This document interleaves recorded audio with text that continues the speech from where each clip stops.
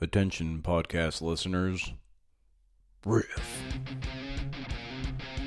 Now, you would think this is a heavy metal podcast dedicated to the holy trinity of double bass drum kits, face-melting guitar solos, and can-crushing bass lines. But it's not. It's a creative nonfiction podcast, the show where I speak to the very best in the genre of telling true stories, how they got to where they are, and the tools, tips, and tricks that make them so good at what they do. I am your host, Brendan O'Mara. Hey.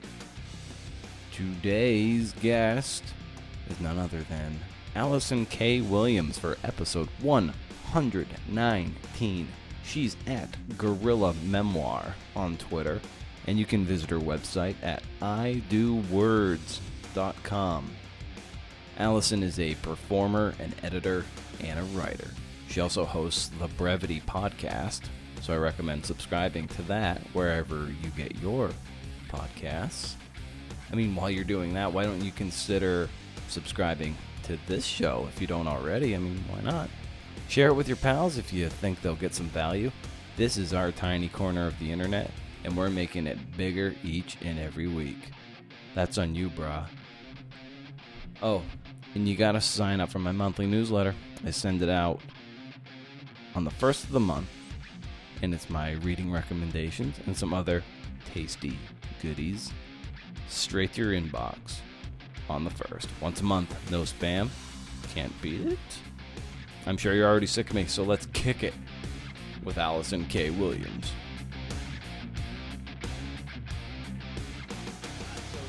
Thrilled to get to talk to you a little bit about, of course, your work, but also your experience in Dubai, because I'm a little, not that I've ever been, but I'm a little familiar with Dubai just because I've covered horse racing for over 10 years. So the Dubai World Cup is a big March race that happens in March, and also the UAE Derby, which kind of feeds into the Kentucky Derby a few months later. So I'm kind of like familiar with that from the horse racing aspect, but it would be really cool to get your impressions of what it's been like, how long you've been over there, and what drew you there in the first place. Well, I've been in Dubai for 4 years now, and I moved there because while I was still a circus performer, I was performing in Dubai, and I met the man who is now my husband, who is a British national, and he's a consultant in workforce management software. So we have so much in common. But he lives in Dubai. He had been working for the London Olympics, and that job had kind of a natural ending point, and he got headhunted to go to Dubai. And it's funny that you mentioned the horse racing thing, because horse racing in Dubai is a big deal because there are royal people who are really interested in horse racing. Like the King's Stable is the biggest stable in the country, one of the biggest stables in the world. They're really into horses. And in Dubai, if somebody royal is interested in something, they often throw money at it until it happens. And that's also true with writing and with literature in Dubai. So there's a big festival every year in March called the Emirates Festival of Literature. It's sponsored by Emirates Airlines, which is owned by the government. It's patronized by important people in the government. And so consequently, it is a big, beautiful, world-class literary festival because it goes back to some very specific people wanting it to happen. And so, for example, I just did a workshop at an arts district called Al-Serkal Avenue that is this gorgeous, like renovated warehouse area where there's coffee shops and galleries and design furniture stores and, places that sell bone broth and the people who run Al-Serkal Avenue are wealthy enough to really want to provide free art to people. And so I taught a memoir workshop that was like 2 nights, like 30 people came. It was, which is fairly large attendance for Dubai. It was free. Like I got paid, but the people got to come for free because Al-Serkal Avenue's sponsors, the Al-Serkal family, are really interested in bringing art to people for free. And so that's the really interesting paradox of living in Dubai is that, yes, there's a lot of things that are very expensive. For example, I could not afford to rent a theater and put on a play. But there's also a lot of stuff that as long as somebody wealthy wants it to happen, they will make it happen. Yeah. The one time I kind of brushed shoulders almost literally with Sheikh Mohammed bin Rashid Al Maktoum, or how I forget his full name. I should know his full name because he basically puts on the World Cup. But he also has many titles, and in Dubai, when you announce him on the radio, you must list all of his titles. Yeah, and it's a mouthful. And in Saratoga Springs, where I spend about 7 years at a time, there's a huge yearling sale, a Fasig-Tipton yearling sale there, and he was on the grounds one time. He and his entourage, and in the arena, like in the back, there are these giant, beautiful murals, like old art and some newer stuff. But he was just walking around just in jeans and a white shirt, black belt, just looking pretty cash, and he's just pointing to paintings, and someone's writing it down. He's just like, all right, that's going to get on his plane back to Dubai and everything. So it's just and he's trying to be. It was just pretty cool. And he was speaking of the art, and if there's anything he wants, he can point to it, and there it is. And he's written several books too that have all been bestsellers in the UAE. So it's really nice, I would say, to have a government that is very specifically interested in art and literature. Yeah, that's gotta. Yeah, have you in any circumstances kind of brushed had an experience with him or someone in his inner circle? I haven't. I think in the long run, one of the challenges as an expat is I want to be a part of the active literary community in Dubai. And I mean, of course, we all want to gain as much renown in our community as we can and influence as many other people as we can. But there's also a challenge in Dubai where it is a country that has an interest in making sure that speech and literature are not inflammatory and don't detract from the good work the government is trying to do. And so it's very important to choose carefully what I want to write about. There were topics that I covered when I lived in America that are topics that are off the table for me now because they're not appropriate to the society of the UAE. Whereas in America, that would not be a primary consideration for me. And so I think one of the challenges as an expat is when you're in a country voluntarily, and especially in a country where I am granted as much privilege as I have in the UAE, because being a white expat woman, I have a lot of privilege. One must be really mindful of what the local rules are and not just, what you can get away with pretty much all the time, because Dubai is a very relaxed country. They're interested in doing business. They want to be part of the world scene. And you don't become part of the world scene by, cracking down on people for doing things that are legal in other countries.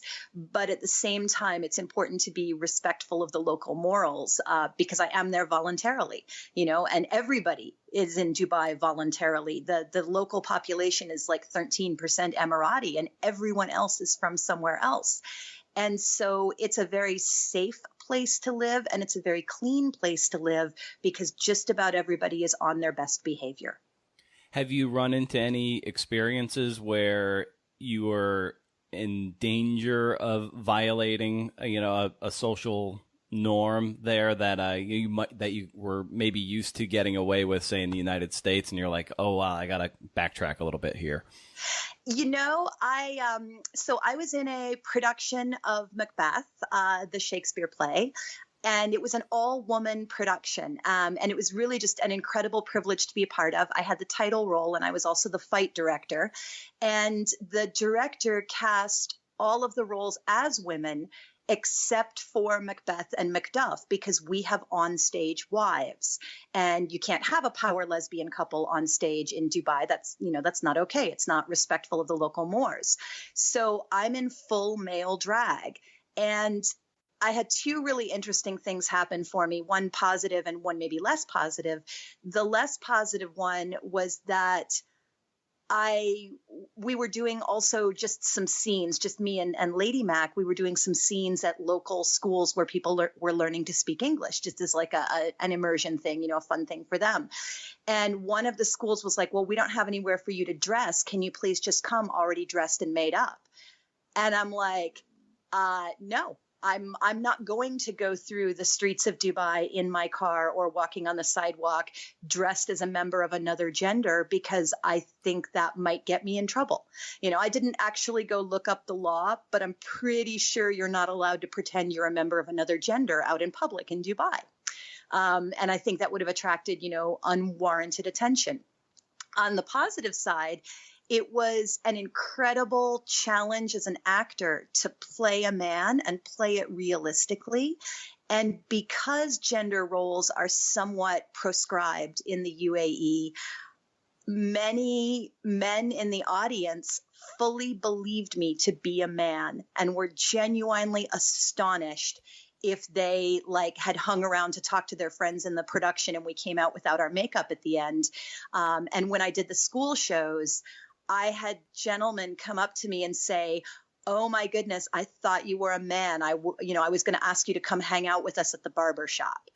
And that was just really intriguing and fascinating to me, because part of how I was choosing to act as a man, as the actor, was I took up more space. I manspread. I touched people without their permission, and I touched them harder than I would touch them as a woman. I was very obvious about taking space and owning space in a way that, as a woman, and particularly as a woman in a country with a patriarchy that's even stronger than the patriarchy in the US, that I wouldn't behave. I wouldn't take up that kind of space. I would yield space to other people. And so it was a fascinating experience to kind of investigate gender roles as an actor in a country with very strict gender roles. Yeah, what an almost immersive social experiment that must have been for you to inhabit that role and to see the reaction you were getting. And it must have been weird and very disembodying being in that skin, and then selling yourself so well that you were able to really fool them into thinking that you were something you weren't. Yeah. And it was interesting too, because the theater production was immersive. We took over an entire building and different scenes happened in different rooms, and the audience followed whoever they wanted to from place to place. And so people were busy actively being their characters and interacting with each other, even when they weren't in a scripted scene. And I found that was really there really wasn't an offstage time. I did it once. We had a very well attended night.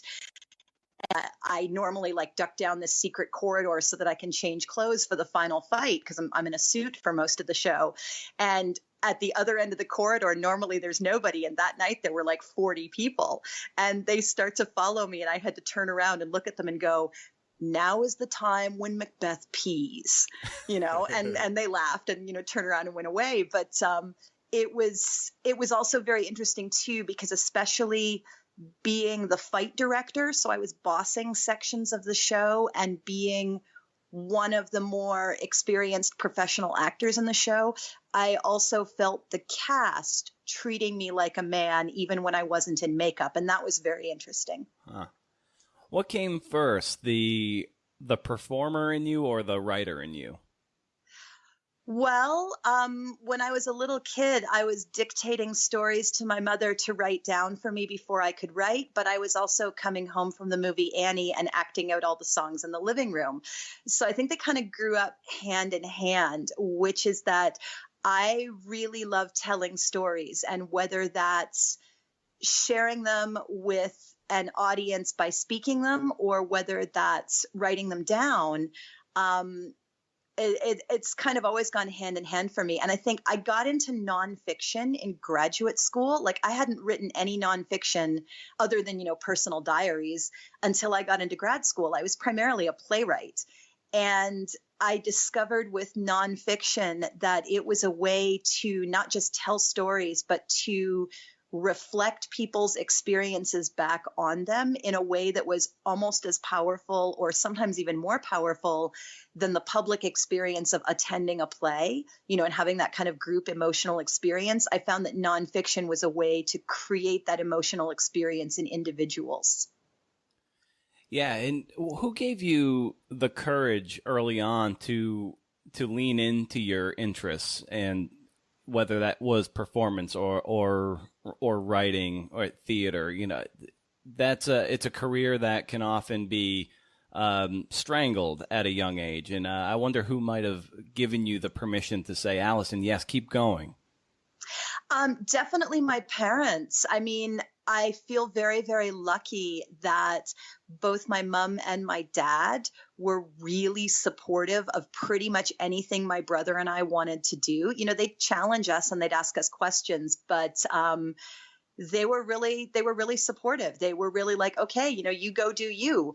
They did try to talk me into going to an in-state university rather than an out-of-state university. And they did that by withholding money. But it didn't stop me from going to an out-of-state university.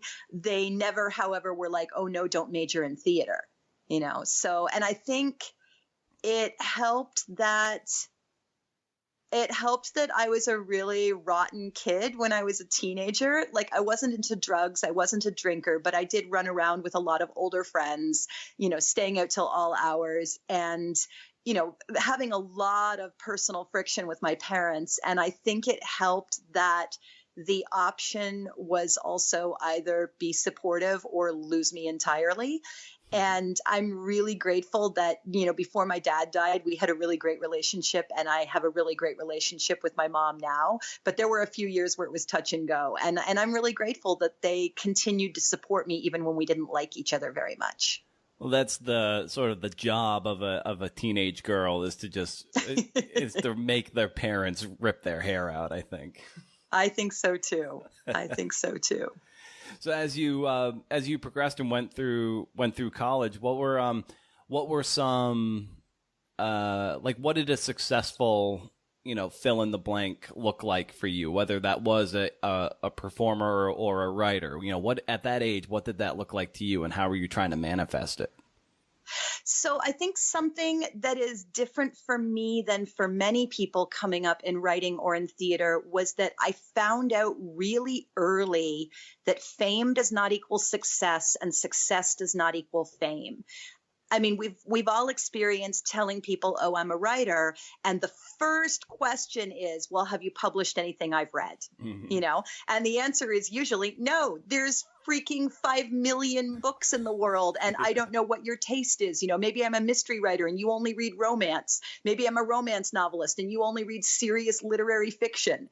And I think, actors and writers are asked to give public proof of their job and their creative ability in a way that no other people are challenged to provide proof of their ability to do their job. But I started out touring on the Renaissance Festival circuit. The first acting I did was with the Renaissance Festival in my hometown.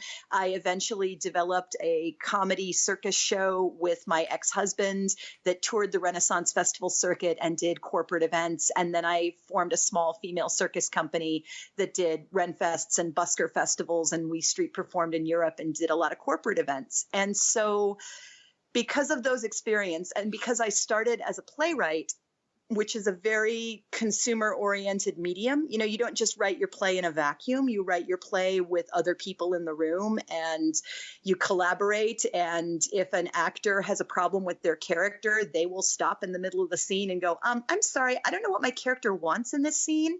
And you've got 24 hours to fix the script, or the same person will stop in the same place again tomorrow night. And so because I worked in these venues where, as a playwright, people are challenging your writing decisions all the time in a supportive way, most of the time. And as a street performer and as a Renaissance Festival performer, I'm passing the hat after every show. And if you're boring, people leave, and if they leave, you don't eat. There isn't that kind of, I hesitate to say self-indulgence because that's so pejorative, but Writing, especially literary writing, is a process that really rewards sustained introspection. And I mean, I just came out of a week-long workshop with Andre Dubus III, who is a marvelous writer. And Andre is really 100% in the literary camp. He does not show his book to anyone until it is finished. He does not seek focus groups. He is not interested in meeting his publisher's demands. He's only interested in sitting down and writing the very best book he is capable of.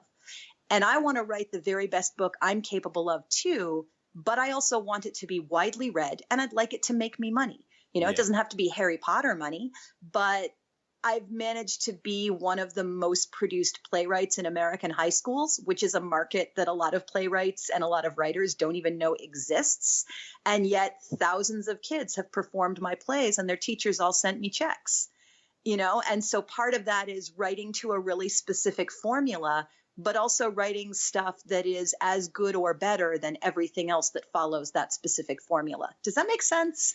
Yeah, for sure. It's some people they forget that there are different, to be a working writer or anything, there are so many different spurs to have, income streams, whether it's like being an editor, maybe writing that definitely feeds your soul, writing that doesn't feed your soul but pays the bills, and other little targeted niches that help pay the bills. And when you look at the whole pie, you're like, oh, there's a living there. But and I think a lot of people get stuck, they, especially starting writers or even bitter, resentful writers mid-career, who compare themselves to, say, like a John Grisham or Stephen King or whatever, and be like, yeah, those guys get to write their 1 or 2 books a year and that sustains them, and more power to them.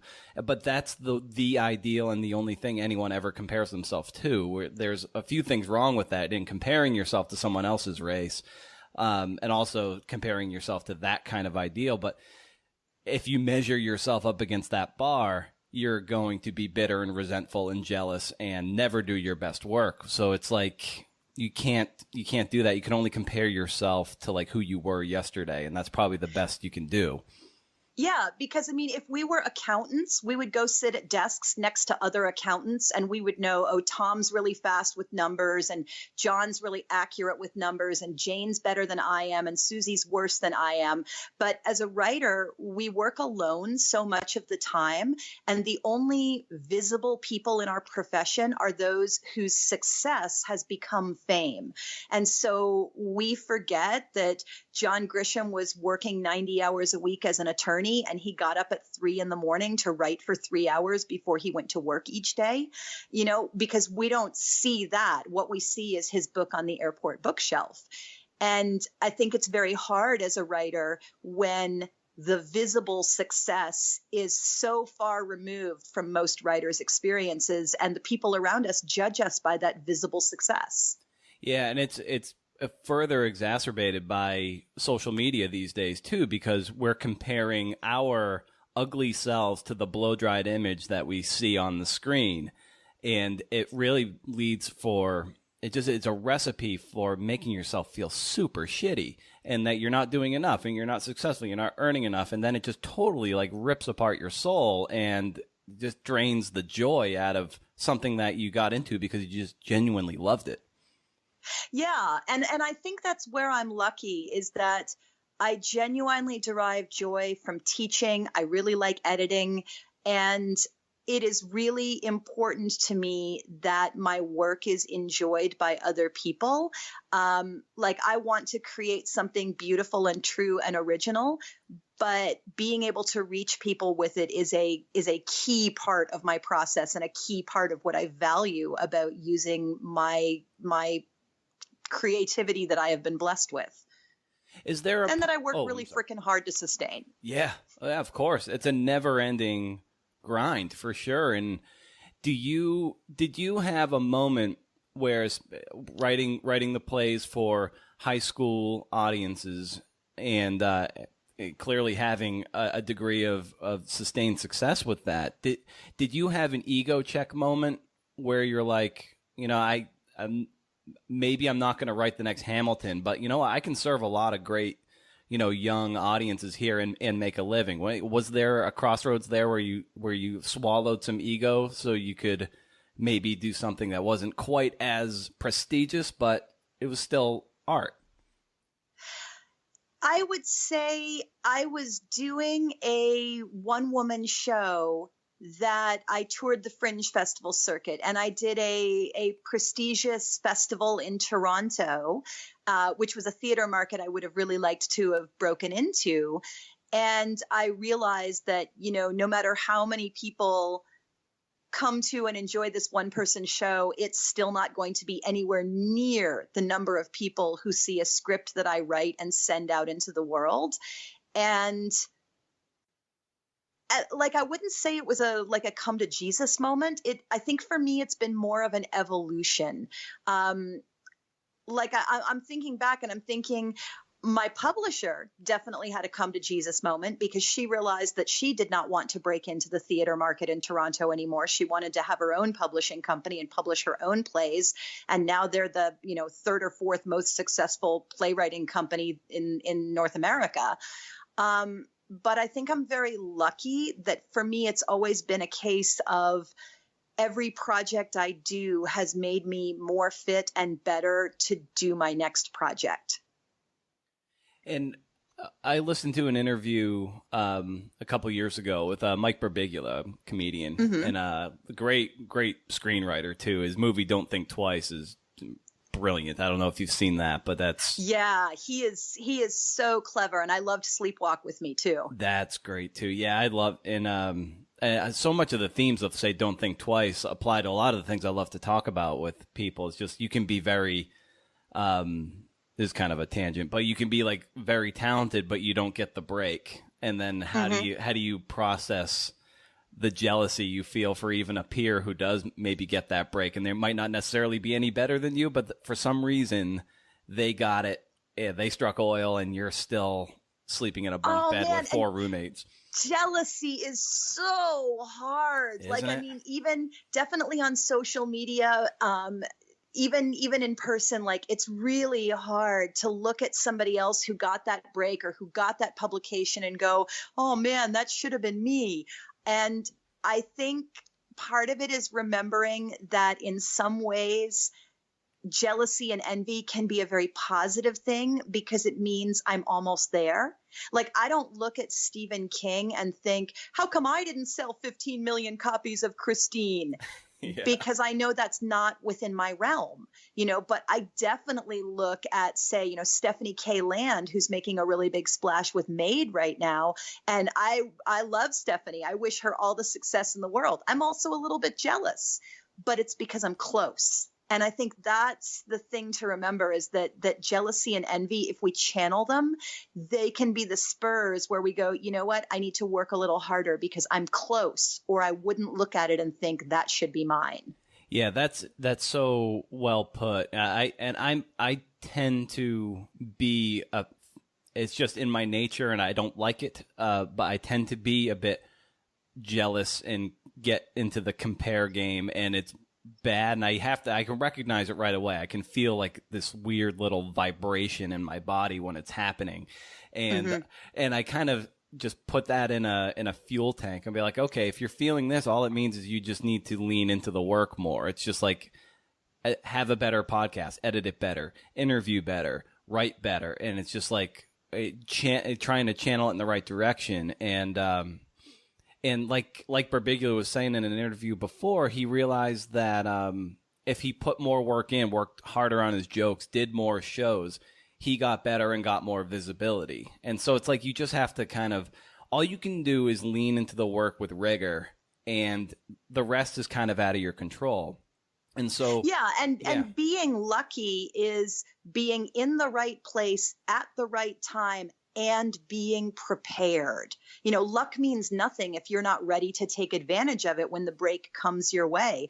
I love the story about Madonna, how when she was first starting out, before she was anybody, she carried her demo tapes with her everywhere. If she went out to the bodega to buy a pack of cigarettes, she carried her demo tapes because she never knew when she was going to run into somebody who could do her some good. And I love that level of preparedness preparedness. You know, people like to knock Britney Spears, but Britney worked so hard promoting her first album. I mean, she toured shopping malls all over the United States. And it's hard work that gets people that success that looks easy. Yeah, and I'm guilty of this too. There's an entrepreneurial nature of having a satisfying writing career or documentary film career, radio, whatever it is, freelance career, that I think a lot of people, especially me, kind of eschew in like, if I just do my thing, I will get discovered. And the fact is, 1 out of 10 people, I don't know the math, but it's probably close to like 1 out of 10, they get discovered just by doing the work somehow. The right person found it, someone retweeted it, went to the right person, and boom, book deal. Never really happens. But you have to kind of be like Madonna in this instance, where you've got those demo tapes and there is an element of hustle that you have to employ. Otherwise, you will just wallow in obscurity and probably grow jealous and resentful over time and bitter. So like for you have a very diverse portfolio of things that you do to sustain yourself, editing, writing, playwright, all these things. So how did you manifest your like sort of global business plan and employ that kind of hustle that you say that Britney Spears and Madonna used to, propel them to fame? Well, I think a lot of it is being willing to work harder and longer hours than pretty much everyone else around me. I definitely have to recognize that not having children has opened up a huge swath of time in my life that a lot of people don't have because they have kids and kids need, good parenting. I think a lot of it is refusing to be told no and declaring who I am without waiting for permission. I think you just like you want to dress for the job you have, I feel like you want to act entitled to the job you want. So, and I guess too, I've been wrestling a lot in the past few weeks with the idea that if you're okay with where you are, you have to be okay with what got you there. I wrote a column for Brevity a couple of days ago that talked about how, I had a terrible high school experience, but I wouldn't go back and change it because it led to some of the writing I'm happiest with. And I think it's that constant pushing against other people who wanted to tell me, no, you can't do this. No, you're too weird. No, you're too smart. No, you're not allowed, and just doing stuff anyway. And I don't think that works for everybody. I don't think everybody is that stubborn and pushy to begin with. I mean, it definitely took me a long time to go from being a pushy, arrogant person to a confident and self-assured person. And I mean, I still am pushy and arrogant some of the time, but I'm also okay with that.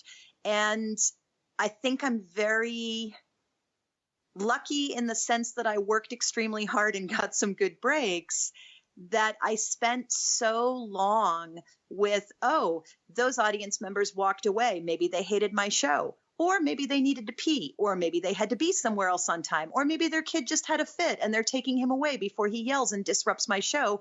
I don't care. My job is to focus on these other 150 people who are still here with me. And I think that really taught me a lot about, I'm not going to reach everybody. I'm not going to try to appeal to everybody. I don't want to sell a book to everybody. I want to sell a book to the people it specifically speaks to. And I want to be as narrow to reach those people who need to hear from me that they're not alone. They're not the only ones who feel this way. And I think it's certainly not unique, but I think it's very hard to be that combination of pushy and confident and arrogant and yet emotionally naked and vulnerable. There's a story slam tomorrow night as part of a conference that I'm teaching at this weekend. I'm at Hippocamp in Lancaster, Pennsylvania.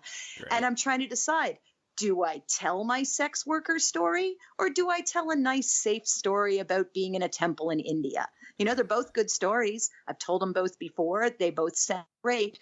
One of them is more emotionally vulnerable and emotionally naked than the other one.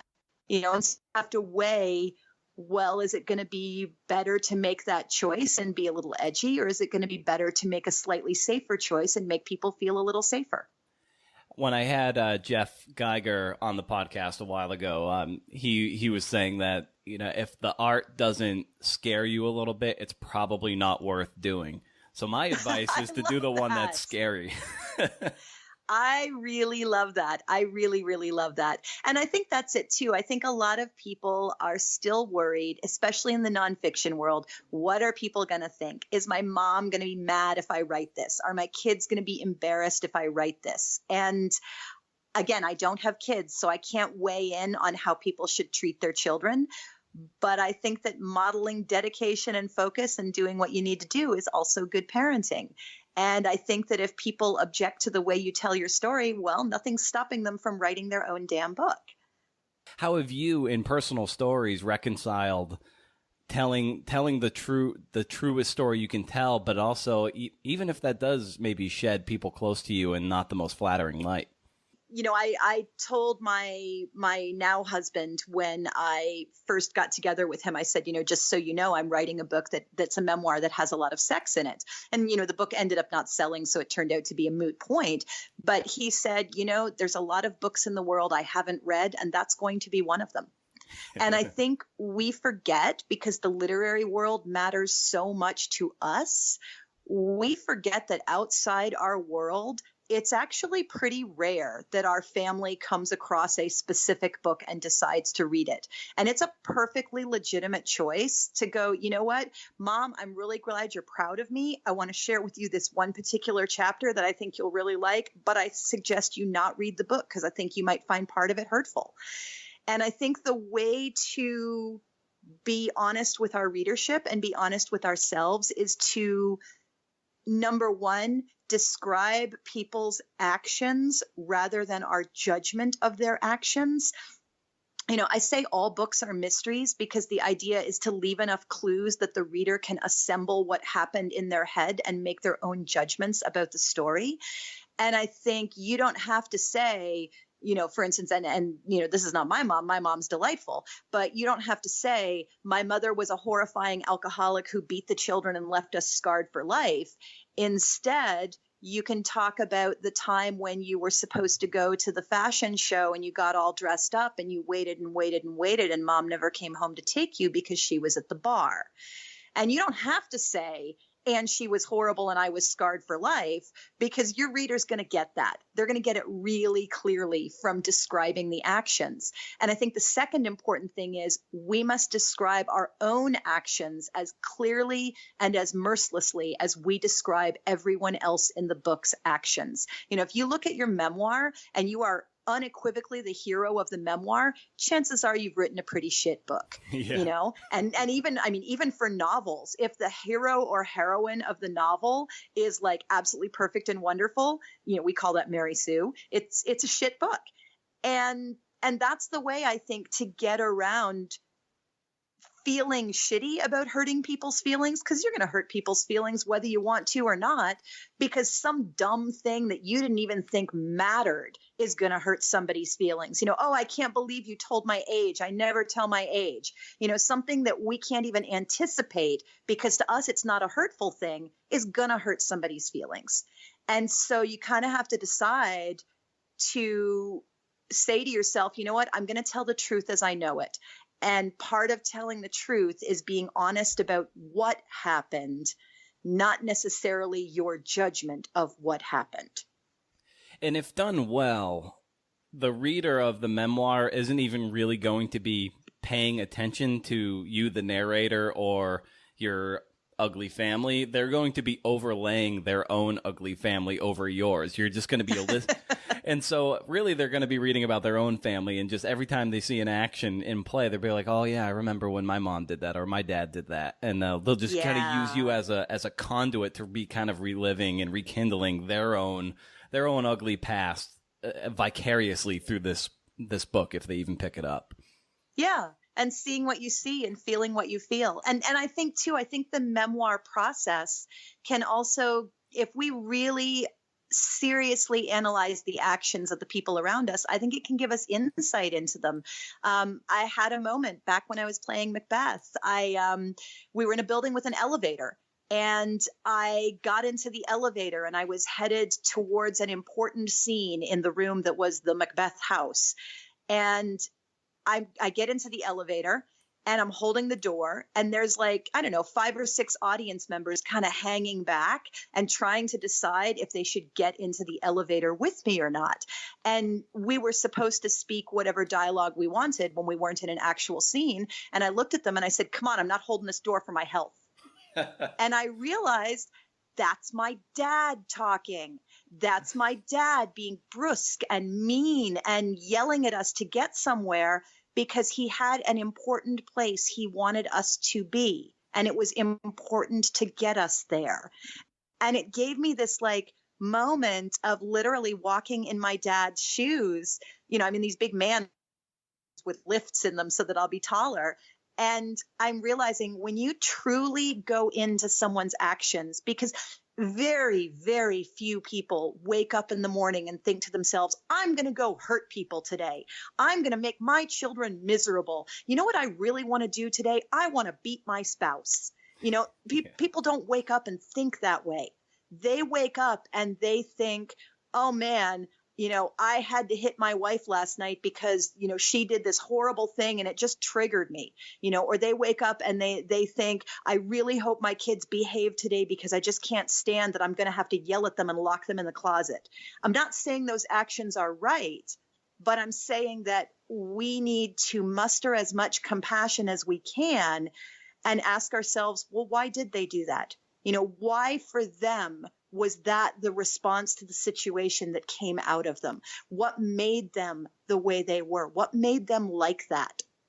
You know, because Darth Vader has a view of the world in which the government would run much better if it wasn't for these pesky rebels trying to upset things.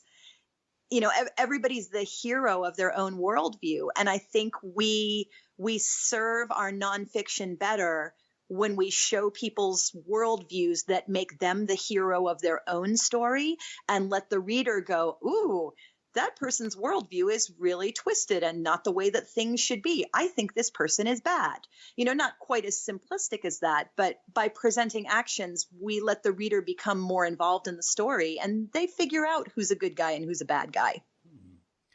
And whether you're writing an essay or something longer or a play, what do you find that you struggle with in the process? Ass in chair. My number one problem is ass in chair. You know, somebody asked Nora Roberts, how do you write 3 books a year? Ass in chair. You know, that is the major secret to writing. Can you sit down and start typing? And that is the hardest thing for me. It is very hard for me to put writing first, like I tell everybody else to do. It is very hard for me to do a little bit every day, like I tell everybody else to do.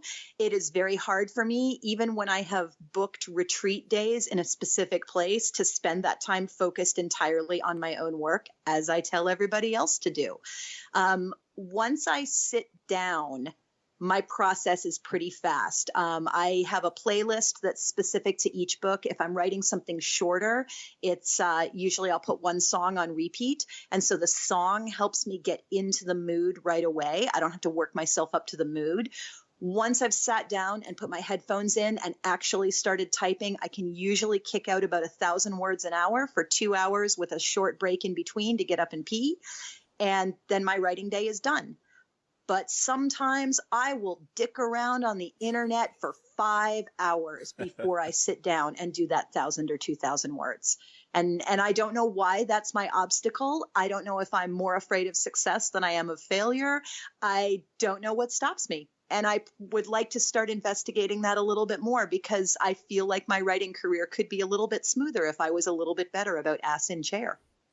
How did you get comfortable with doing enough bad work to get to the good work?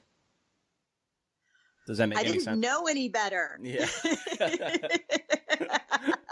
You know, I mean, I look back at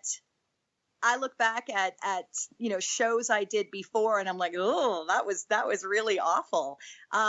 I've always been picky about words on the page. In middle school, I think, when I was writing bad middle school poetry, my process became recopy the entire poem onto a new piece of paper, leaving out any words that did not belong.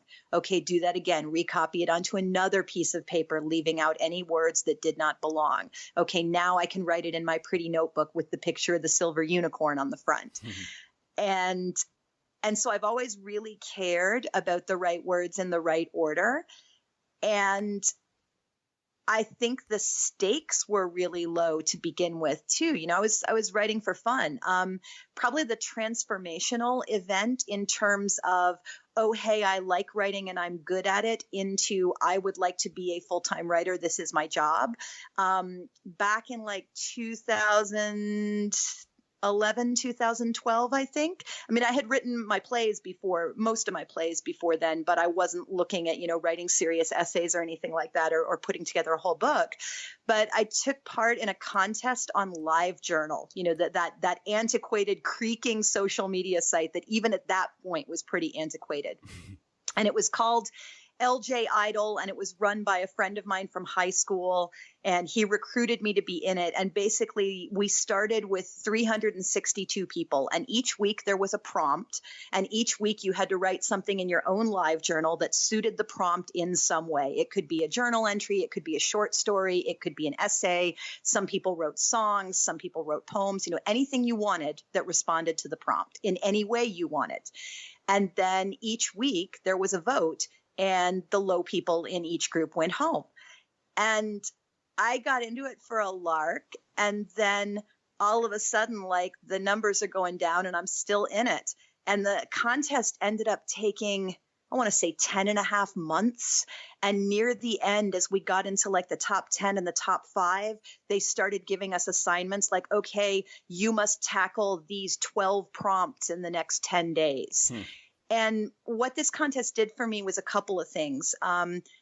Number one, it made me build a readership, because if you were going to win the contest, and I did win the contest, I was the last one standing. If you're going to win, you had to recruit an outside readership to vote for you, because the people inside the contest, you voted for your friends and you voted for the people who you thought were good. And as it got closer and closer to the end and everybody was good, you voted for your friends. So the other last person standing and I, we really had recruited heavy outside readerships. And so I built this mailing list of people where, I rotated through and emailed like a different 40 or 50 people each week, but it let me go, oh, my Facebook friends really do want to read my work. My friends from high school really do want to read my work. If I share my work with people, they actually do want to read it. And so I built this group of people who wanted to hear what I had to say. It also got me writing every week on a schedule, something quality, whether I felt inspired or not, because my competitive spirit wanted to stay in the contest. And the third thing it did was it made me a much better editor and critiquer, partly because I was working back channel with a small group of other women where we read each other's stuff and gave each other feedback on it. And partly because if you wanted to win the contest, you had to show that you had read everybody else's work. Like that was not a rule or anything like that, but certainly, people were going to vote for you and get on your side if you also read their stuff. And so I got really good at being able to give everyone a comment that was constructive about something they could do even better and complimentary about something that they were doing well. And I started to notice trends in people's writing. And, and as an editor now, most first-time book writers have the same set of problems in their books, and they're relatively easy to identify. And so it really got me in the habit of like writing being a thing I did all the time for 10 and a half months. And that, when you're looking for a watershed moment, that was probably my watershed moment. When you're in the throes of, writing something, whether it's shorter or longer, and the honeymoon period of that piece has worn off, how do you grind through the ugly middle of a draft to get to the end? Oh, I walk away and say, fuck it, and come back later. Okay, Okay, so just recently I wrote a piece for Creative Nonfiction, the magazine, and it's a venue I really want to be in. I had a really hard time writing the essay. I did a first draft of it, didn't really care for it. I got some feedback that like sort of sent me down a different path that wasn't really working for me. And then I was late, and then I was guilty, and then I was ashamed.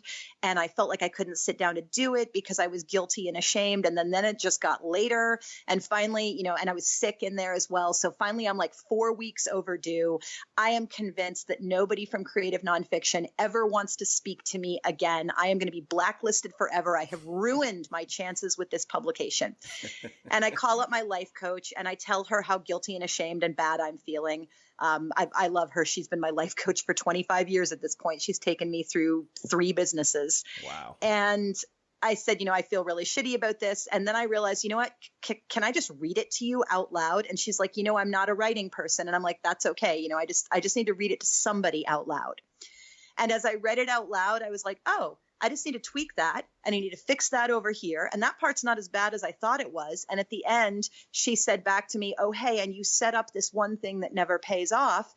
And I finished it in like an hour and sent it off to the editor. And the editor wasn't mad at me, God bless her, and gave me great editorial feedback that, helped make it even better. And then it was done. And I looked back and I was like, geez, why was that so freaking hard? But I think you have to get to the point, especially with a book, because writing a whole book is not only long, like as you can attest, it always takes about 10 times longer than we think it's going to take. If I had a nickel for every time a first-time author comes to me and says, oh, hey, here's my book, all it needs is a quick proofread. And I'm like, no, actually what it needs is a developmental edit and about 6 more drafts from the ground up.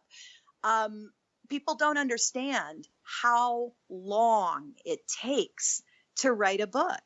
And I think you have to keep discovering like what's new and fresh about it for you. I think you have to save some like boring technical tasks like, oh, hey, I have to make a continuity timeline and make sure everything's happening in the right order relative to the events of history that I mention outside the book, to keep your momentum going on those days when you're just not feeling particularly creative. And I think you have to embrace sitting down and writing shitty some days, because it's so much easier to polish a shitty first draft than it is to start with a blank page. I mean, what do you do when you're stuck? Let's see. I from coming from newspapers, fortunately I've been able to. I'm okay with just I can write fast, and so I can and I'm okay with just things being not necessarily good but good enough. And so I think I was very conditioned at a very young age to just be okay with that. So I'm lucky in a sense that when I don't get stuck too often. If I'm feeling a bit apprehensive about writing something or even interviewing somebody, if I'm real nervous, I find that doing extra research, reading an extra thing, and doing a little more preparation, pretending I'm a quarterback and I've got to watch hours and hours of film to prepare for the defense. And and when I kind of put that mindset on and be like, you just need to prepare more. Tom Brady's not going out there just winging it. He's watching 80 hours worth of film in a week, and then he goes out and performs. So I kind of have that. I kind of use an athletic mindset like that. So to not get stuck or let nerves or apprehension get in the way. And I think too, like your Tom Brady example is great too, because the man has spent his life perfecting his craft. And at this point, even if he's not having his best day, there's only so bad he can be.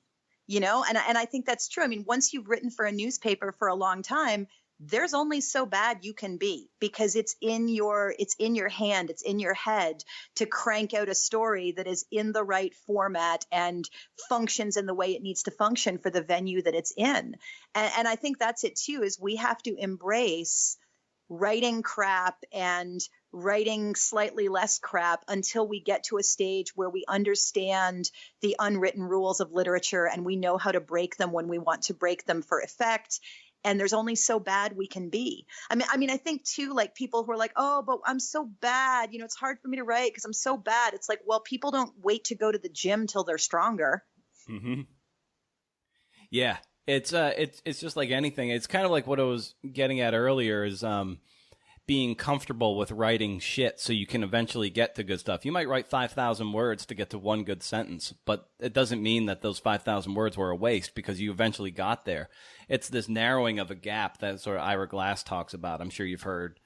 Yes. Oh God, I was just about to bring that Ira Glass thing up. And you know what you made me think of?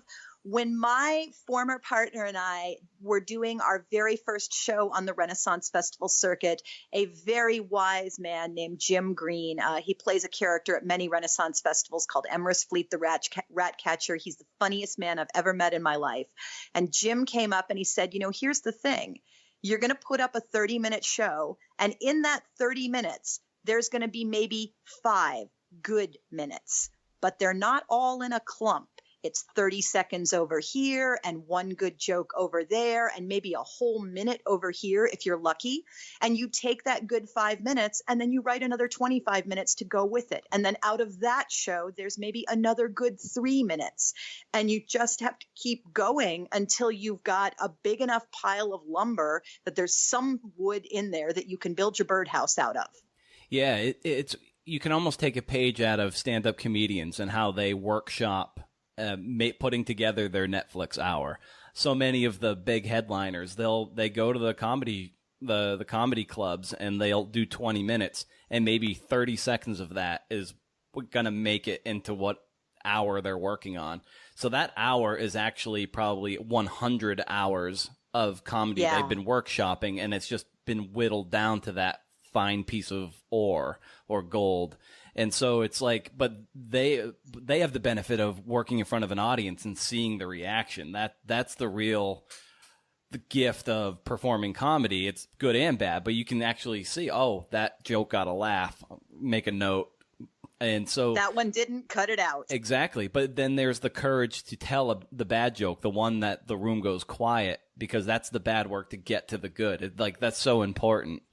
Mm-hmm. And I think because writing is so solitary, I think it's very hard for people to remember that you can also pay someone to teach you. I work as a writing coach some of the time. I'm trying really hard not to take on any new clients because Andre last week looked at me and said, you have to stop editing and write your own book.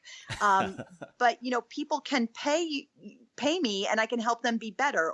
And for writers, if you're really struggling with something, like maybe you can tell that your dialogue is terrible, but you're not sure what to do about it, or you're having a really hard time getting published and you don't know why you're getting all these rejections with no feedback, pay somebody, look up somebody whose work you respect. It's important that they're in your field and that you like their work. It rings true for you, and ask them, hey, can I pay you to look at my work, and maybe you spend 50 or 100 or $300, depending on how often you meet with them or how many words you have them look at.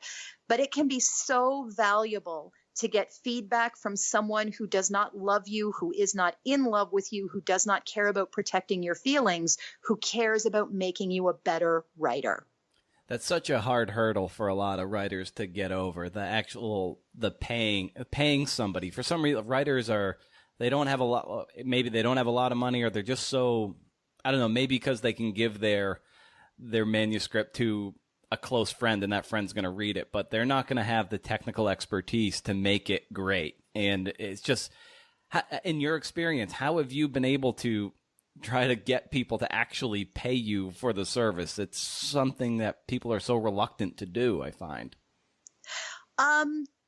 I've developed my reputation of being generous with advice so that people understood that, when I had to say something, it was valuable. I write for Brevity. I write a lot of posts about writing craft. And so people came to understand that I knew what I was talking about. I think, too, it's a little bit different for me because I'm, and again, I have to address my privilege here. I have no children. I have a husband who pays my rent. I have a husband who has a quote unquote real job in which he wears a suit and tie to work every day. So my financial situation is nowhere near as precarious as it was for my first 20 years of working as an adult. And I am not at this point trying to figure out how to get people to give me money. I am trying to figure out how to say no to more people who want to give me money, which is a different problem than most people have. Because in my editor groups on Facebook, everybody is always, what marketing news does everybody have? How are you getting more clients? Where are you finding them? And I'm like, I need to figure out a polite way to say no to people who want to give me money. And that is really hard. It's hard to say no when I know I can help someone. It's hard to say no after a lifetime of must accept job, don't know where next job is coming from, because, I've been a freelancer my whole life. As my mother-in-law used to say, when you're an actor, you know your unemployment date as soon as you know your employment date. And so I'm not really having that problem. But I think the challenge for coaches and editors and teachers is to put enough of their work in the world for free, to be generous enough with their work that they establish that their work is worth paying for. And again, I come from street performing. We give the show away for free. The people who can afford to pay for it subsidize the people who can't afford to pay for it. And it's up to us to deliver a product that is so good that people choose to walk up and pay us at the end, even though they could walk away and give us nothing. And I think as a writing teacher, as a writing coach, your job is to establish that your advice is worth paying for, even when they have already benefited from the stuff you gave them for free. And I think writers don't always realize how much it can help them to pay someone, like how much of their money's worth they'll get. I've had a couple of authors come to me because they really wanted to get into McSweeney's. And I've kind of become the McSweeney's whisperer, where people can send me their piece and I will talk to them about how to revise it and make some really specific notes and go tighten this here and fix that there and find your thread over here. And then their piece gets into McSweeney's. And I think it's very hard to know what the payoff is going to be, especially if you start with a more abstract goal, like I want to be a better writer or I want to finish my book. And I think that's the challenge for those of us who are paying for help, because I've hired coaches myself, is figuring out, okay, yes, I am actually going to see a concrete benefit. My work is going to get better. But dancers go to class their whole adult professional lives. Why do writers think we get to get our MFA and then we're done learning? Yeah, actors do the same thing. If they're, I know in I've heard Bryan Cranston talk in, interviews on YouTube and also in his memoir, A Life in Parts. There was a part through his career, and he was the kind of guy, he would have been happy doing commercials his whole life, make a check, here I am, I'm making a living as an actor. But there was a point where his second wife, I believe, she really encouraged him to take a class and level up. And it wasn't until then that he started just applying a bit more rigor and earnestness. And even someone who was already established, it leveled him up to getting the Malcolm in the Middle, the Walter White, Breaking Bad, and blasted him off into the stratosphere. And here's a guy who didn't really achieve worldwide fame until he was in his 50s or something. Like, talk about someone comfortable playing the long game, but also someone comfortable investing in his craft and learning more his craft even after he had been in it for 20 years. And I think, too, we also forget that paying for classes, attending conferences, going to workshops and retreats, that's one of the things that connects us to the network of people who are our colleagues and our peers and our mentors. And I think that's very hard because doing that gets expensive and not everybody has that kind of disposable income. And so I think it's important for writers to know, too, that it's okay to call up that conference you want to go to and say, hey, do you have any kind of a deal where I can do some volunteer hours and come to the conference for a reduced rate? Is there anybody else who needs a roommate for this because I can't really afford the hotel? I'm here at Hippocamp and I'm in an Airbnb. I'm not in the conference hotel. I love the walk and it's substantially less expensive. the last conference I was at last week, I had a roommate the whole time because it made it less expensive. And I think writers need to know that it's okay to advocate for yourself. It's okay to call up your local arts council and say, hey, what kind of professional development grants do you have? And do I qualify for any of them? It's okay to call up that retreat and go, hey, can you waive the application fee? I can't really afford it. And if they say no, they say no. And then you go to somebody else. I mean, as writers, we already have to be the kind of people who can hear 100 no's before we get to yes. So you might as well practice on something low stake that's not even your actual work. And what still excites you and brings you back to the keyboard time and again, if you can get your ass in the chair? Okay, so this is going to sound so like dippy and like beginning writer, but I just love it when a character walks onto the page and starts doing whatever the fuck they want. I had an absolutely terrifying realization the other day. I workshopped 25 pages at the Postgraduate Writers Conference at the Vermont College of Fine Arts last week. It's the class I took with Andre. It was wonderful. Love that conference. Very lovely conference. Highly recommend. And my 25 pages got good critique, and I really appreciated the feedback from my classmates. And as I started like making notes about what people said, I suddenly realized, oh, maybe this isn't going to be a 75 to 80,000 word young adult novel like I intended. Maybe this is going to be like 150,000 words. And I mean, I'm no Donna Tartt, but maybe this is going to span a lot more time and space than I thought it was going to. And I mean, who knows if it's actually going to, but I've definitely had times, like in the novel that I'm almost done now, which is a different book, I definitely had a scene where I sat down to write, two people coming together and forgiving one another. And as I wrote the scene, I realized, oh my God, no, she can't forgive her. She would never forgive her for this, and I'm weeping as I write this scene where these characters are, just having this horrible moment together. And it's like, oh, but that's what's true. And I think it's very exciting to discover within ourselves what's true and what really wants to come out onto the page. I mean, we've all had that experience where we do the writing exercise at the beginning of class and a bunch of stuff we never would have actively chosen to write about suddenly spills out onto the page. There's a connection between the hand and the heart that bypasses the head. Mm.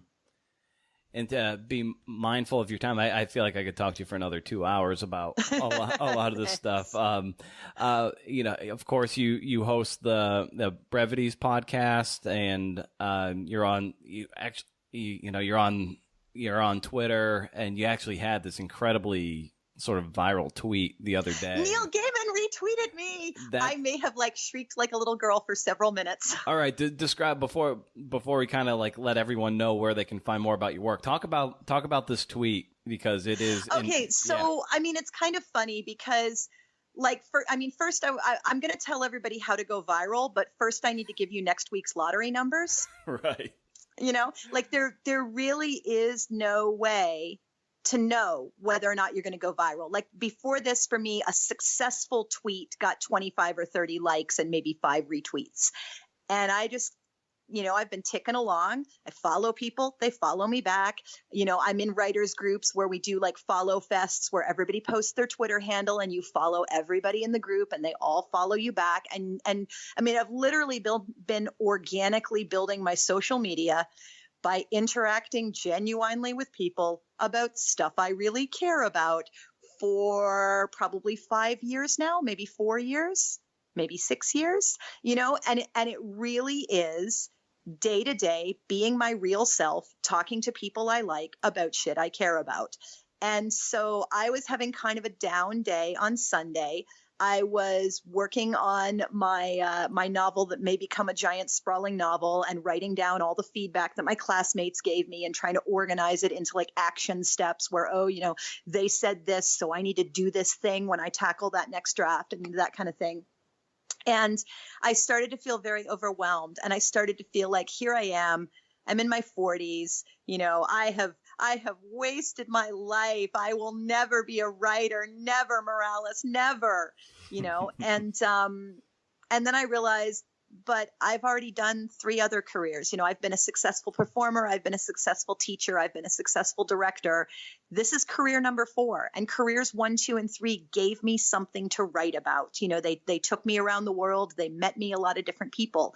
And then I started looking up like what age famous writers were when they published their first books, or first novel specifically. Somebody got me on Mark Twain. And I made a list of famous writers like Toni Morrison and Mark Twain. Frank McCourt, the guy who wrote Angela's Ashes. Laura Ingalls Wilder was 65 when she wrote the first Little House book. And I don't want to fight with anybody about whether or not Rose wrote those books. I know what I believe. Read Prairie Fires, but it went viral. And I was astonished at how many people responded with, "Thank you. I needed to hear that. This gives me hope. I needed to hear this today." And it was what I needed to tell myself that day, that, look, you're not too old. You're not missing out. You haven't missed some magic door that's going to close at, age 46 or whatever. Just keep going.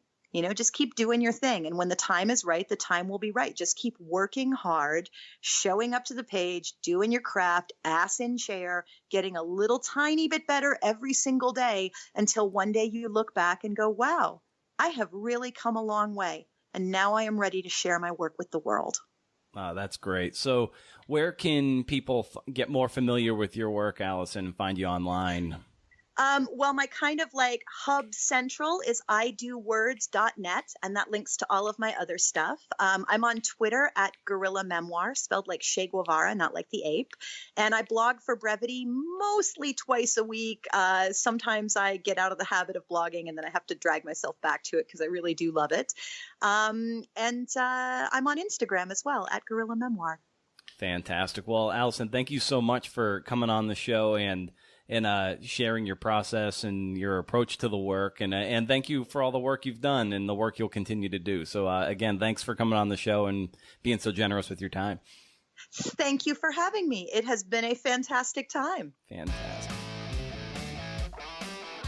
I'm Brendan O'Mara, and I approve this podcast. I hope you got some tasty nuggets to take home in your doggy bags. Allison is the real effing deal. Be sure to give your buddy Brendan a follow on the socials at Brendan O'Mara on Twitter and at CNFPod on Twitter. I post cool audiograms and quote cards on Instagram at Brendan O'Mara. One more. There's a Facebook page for the podcast if you do most of your hanging out over there. I think I just blacked out from reading all that. Cal Newport would be shaking his head at me. Look him up. Time to lock this one up. Remember, kids, if you can't do interview, see ya!